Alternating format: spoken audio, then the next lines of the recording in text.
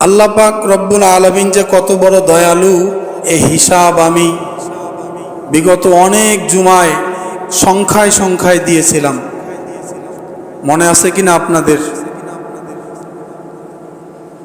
বলেছিলাম পুরো বিশ্বের মধ্যে 800 কোটি মানুষ, তার মধ্যে 200 কোটি মুসলমান, 600 কোটি মানুষ ওপেন সব সময় আল্লাহর বিরোধিতা করে, যে বিরোধিতা আল্লাহ কখনো মানতেই পারেন না, শিরক নামের বিরোধিতা, ঠিক না?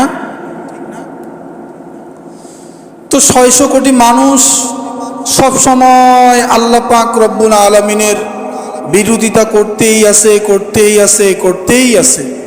তারা কখনো সেকেন্ডের জন্য আল্লাহর পক্ষে গুণগান গায় না। বাদ দিলাম 600 কোটি, 200 কোটিতে আসেন। যে 200 কোটি মুসলমান, এই 200 কোটি মুসলমানের মধ্যে কত কোটি মানুষ নামাজ পড়ে?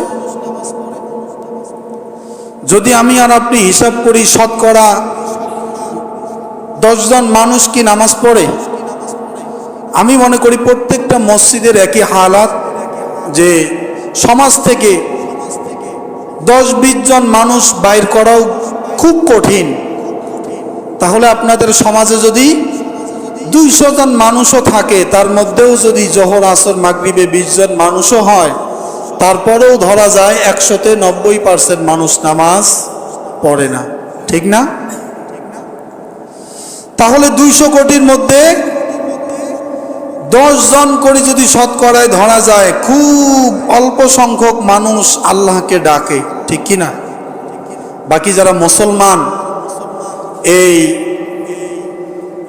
200 কোটির মধ্যে অল্প কিছু মানুষ বাদ দিলে অধিকাংশ মানুষগুলাই সব সময় নামাজ ছেড়ে দিচ্ছে, দাড়ি নাই মুখে, আল্লাহ পাক রব্বুল আলামিনকে মহাব্বত করে না, ভয় করে না, রসুলকে ভালোবাসে না, মহাব্বত করে না।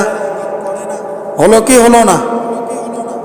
এই যে আমরা 10% মানুষ শতকরায় যে নামাজ পড়তেছি, আমিও থাকতে পারি। এই 10 শ্রেণীর মানুষ কি সবাই 100% আল্লাহকে ভয় করে? আমিও কি 100% ভয় করি না? তাহলে হিসাব করলে দেখা যায় পুরা পৃথিবীর থেকে ক্ষুদ্র থেকে ক্ষুদ্র পার্সেন্ট মানুষ আল্লাহ পাক রব্বুল আলামিনকে ভয় করে। কথা বলেন, সত্য না মিথ্যা? সত্য না মিথ্যা? ক্ষুদ্র থেকে ক্ষুদ্র। তারপরেও যে আল্লাহ তাআলা আমাদের প্রতি এত দয়াবান, এত দয়া করেন, এত কিছু দেন, এত কিছু খাওয়ায়, এত কিছু পড়ায়, এতেই তো লাখো শুকরিয়া। আলহামদুলিল্লাহ বলেন না?